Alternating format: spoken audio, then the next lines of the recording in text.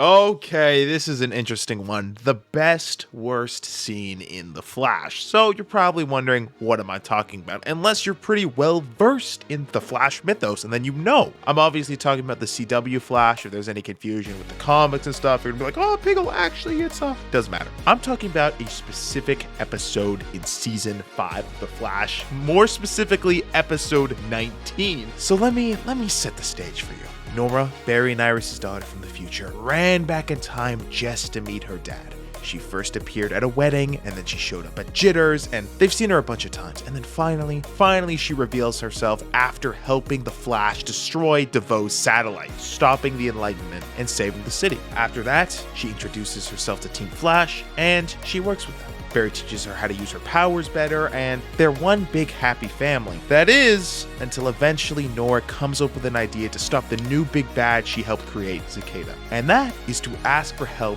from a Wells from a different Earth. They get him. He's a master detective. And after spending several months with them, he realizes something's going on with Nora. And finally, he figures it out. He figures out that Nora West Allen has been working with Eobard Thawne, the Reverse Flash, this entire time, the man that murdered Barry's mother. And to give Nora some credit, she didn't know that the Reverse Flash killed Barry's mother. You know, she learned when they were going on an escapade throughout time. And as soon as Nora learned it, she was mad at Thawne. Obviously, rightfully so. She tried to cut ties with him. And then eventually, she decided not to. She'd go back to him. She'd keep helping him with this plan because obviously the Flash's greatest enemy only has the best intentions. I mean, he's on death row, right? What could he be scheming? But eventually, Sherlock calls her out on it in front of all of Team Flash. You know, Nora's kind of about to say something. She wants to say something, and Sherlock says it in front of everyone, exposing her. Barry's kind of sitting there like, shoot, this is horrible. So he logs her in the pipeline. And Team Flash discusses what to do with her. I mean, they talk about how they can't trust her. They talk about how, but it's Nora, right? We've known her for this long. So they read her journal. She's got a journal that she wrote everything down. They learn her backstory, Godspeed, Thawne, her girlfriend, all this stuff. And that's when Barry knows. After everything he's been through. Season 1, when the Reverse Flash first came in, he had a mentor. He couldn't trust him. Season 2, with Jay Garrick, a mentor-type partner. Couldn't trust him. Season 3, Savitar couldn't trust himself. He wasn't going to make the same mistake with trusting someone. So he grabs Nora right there and runs her to the future. He confronts Thawne.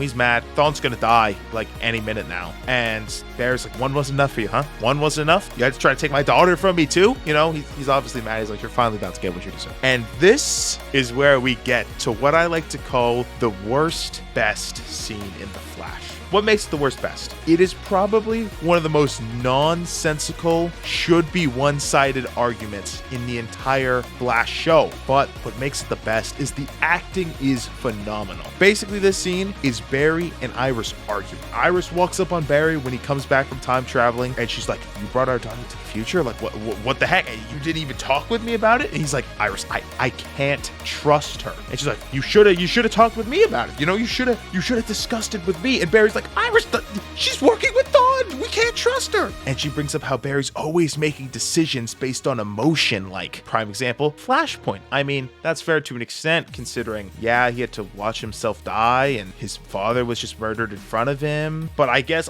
he shouldn't have done Flashpoint. He shouldn't have, but, you can't completely blame him, I guess. And the second one was, going into the Speed Force, leaving Iris. And if he didn't, the entire world would have been destroyed. So that's an interesting take. So, in this argument, 99% of people watching this will agree that Iris is in the wrong. It's kind of a shame that the show after this point makes Barry apologize and tries to put in the light where Iris is in the right. Barry did a bad thing. Barry brought Nora, the one who betrayed them, who's working with the person who literally killed Barry's mother. He took her back to the future without telling Iris. And speaking of the man who killed Barry's mother, my favorite part of this whole scene is when Barry's really confused. He's like, why won't you back me on this? I don't get why you're doing this. Like, this is Thawne we're talking about. And then it clicks. He realizes that Iris doesn't care that Nora was working with Thawne. And he calls her out on it. And know what Iris does? She admits it. She's like, yeah, I don't care. I don't care. And then Barry's response was, maybe you'd feel differently if he killed your mother in front of you. And know what she does?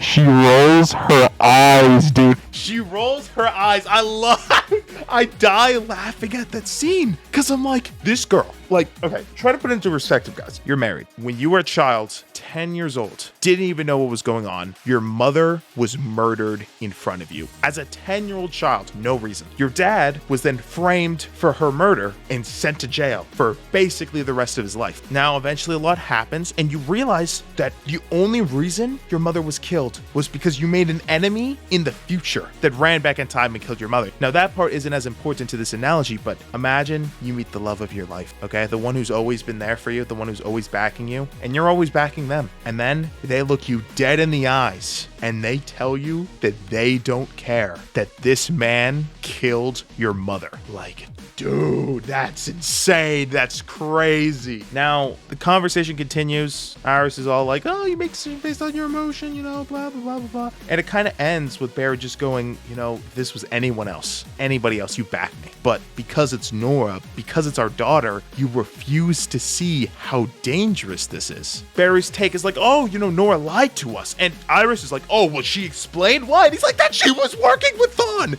It's crazy. He ends off the entire conversation. It was clean. It was clean the way he ended. He was like, you talk about making decisions based off emotions. Well, look in the mirror. It's like, it's true. Honestly, in this whole debate, Barry's totally in the right. And her response to Thawne manipulating Nora was, how could Thawne be manipulating her? You know, Nora just wanted to meet you. How could Thawne be manipulating her? He's on death row. And the funny part was, Thawne was actually manipulating her the whole time. So funny how that turned out. So this was the worst, best scene in The Flash. The acting is phenomenal. The plot just doesn't make sense. But, you know, a lot of people say this sounds like a real argument, like a real adult argument. And just the emotion and acting and everything was great. It's just Iris was like 100% in the wrong. And this was the nail in the coffin for like 90% of fans to just like hate Iris now, which kind of sucks. Like some people could be like, oh, well, they're just sex. I mean, some of them probably are. But I don't hate Iris, but I don't really like her